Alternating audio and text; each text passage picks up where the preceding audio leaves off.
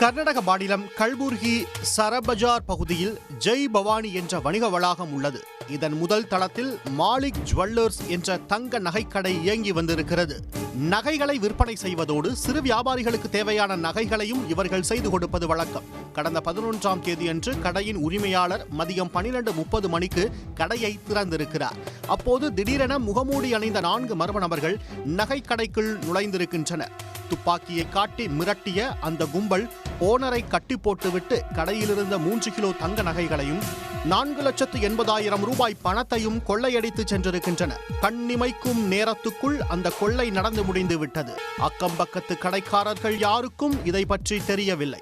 கொள்ளையர்கள் சென்ற பிறகே கடை ஓனரின் சத்தம் கேட்டு அக்கம்பக்கத்தினர் வந்திருக்கின்றனர். உடனே காவல்துறைக்கு தகவல் தெரிவிக்கப்பட்டிருக்கிறது.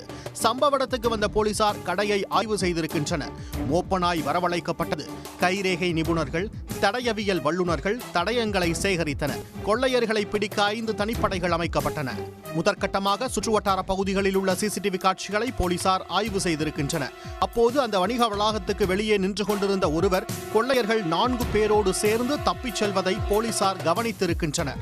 இதனால் சந்தேகமடைந்த போலீசார் அந்த பகுதியில் உள்ள மேலும் சில சிசிடிவி காட்சிகளை ஆய்வு செய்திருக்கின்றனர்.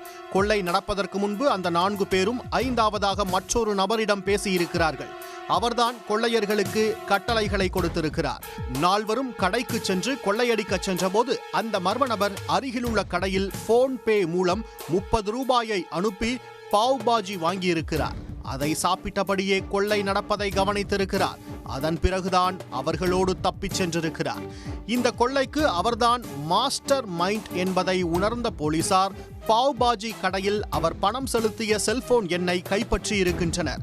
அது ஃபாரூக் என்பவருக்கு சொந்தமானது என தெரிய வந்திருக்கிறது. அந்த எண்ணை ட்ராக் செய்ய முயன்றிருக்கின்றனர். ஆனால் அது அணைத்து வைக்கப்பட்டிருந்தது. இதனால் ஃபாரூக்கின் சொந்த ஊரான மேற்கு வங்கத்துக்கு சென்று போலீசார் காத்திருந்தனர். அவர்கள் எதிர்பார்த்த மாதிரியே ஃபாரூக் அங்கு வந்ததும் மடக்கி பிடித்து விசாரித்திருக்கின்றனர். அதில்தான் நடந்த கொள்ளை சம்பவத்தின் பின்னணி தெரிய வந்திருக்கிறது. ஃபாரூக்கும் கல்புர்கி நகரில் நகைக்கடை வைத்து வியாபாரம் செய்து வந்திருக்கிறார். ஆனால் எதிர்பார்த்தபடி அதில் லாபம் சம்பாதிக்க முடியவில்லை. 40 லட்சம் ரூபாய்க்கு மேல் நஷ்டத்தை சந்தித்திருக்கிறார். இதனால் குறுக்கு வழியில் தனது கடனை அடைக்க கொள்ளையடிக்க ஆட்களை ஏற்பாடு செய்திருக்கிறார். மாலிக் ஜுவல்லர்ஸை ஃபாரூக் அண்ட் கோ குறிவைத்திருக்கிறது. சம்பவத்தன்று திட்டமிட்டபடியே மற்ற 4வரும் நகைக்கடையில் கொள்ளையடித்திருக்கின்றனர். ஃபாரூக் வெளியே இருந்து அவற்றை கண்காணித்திருக்கிறார். பிறகு பேருந்தில் மும்பைக்கு சென்றிருக்கிறார்கள். 3 கிலோ தங்க நகைகளை உருக்கி தங்க கட்டிகளாக மாற்றியிருக்கின்றனர். அதில் கொஞ்சத்தை மட்டும் விற்று காசாக்கி கொண்டு அனைவரும் பிரிந்து சென்றிருக்கின்றனர். பாவ் பாஜி வாங்கியதன் மூலம் அடையாளம் கண்டுகொண்ட போலீசார் எப்படியும் அவர் சொந்த ஊருக்குத்தான் வருவார் என ஸ்கெட்ச் போட்டு ஃபாரூக்கையும் அவரது கூட்டாளிகள் 2வரையும் கைது செய்திருக்கின்றனர்.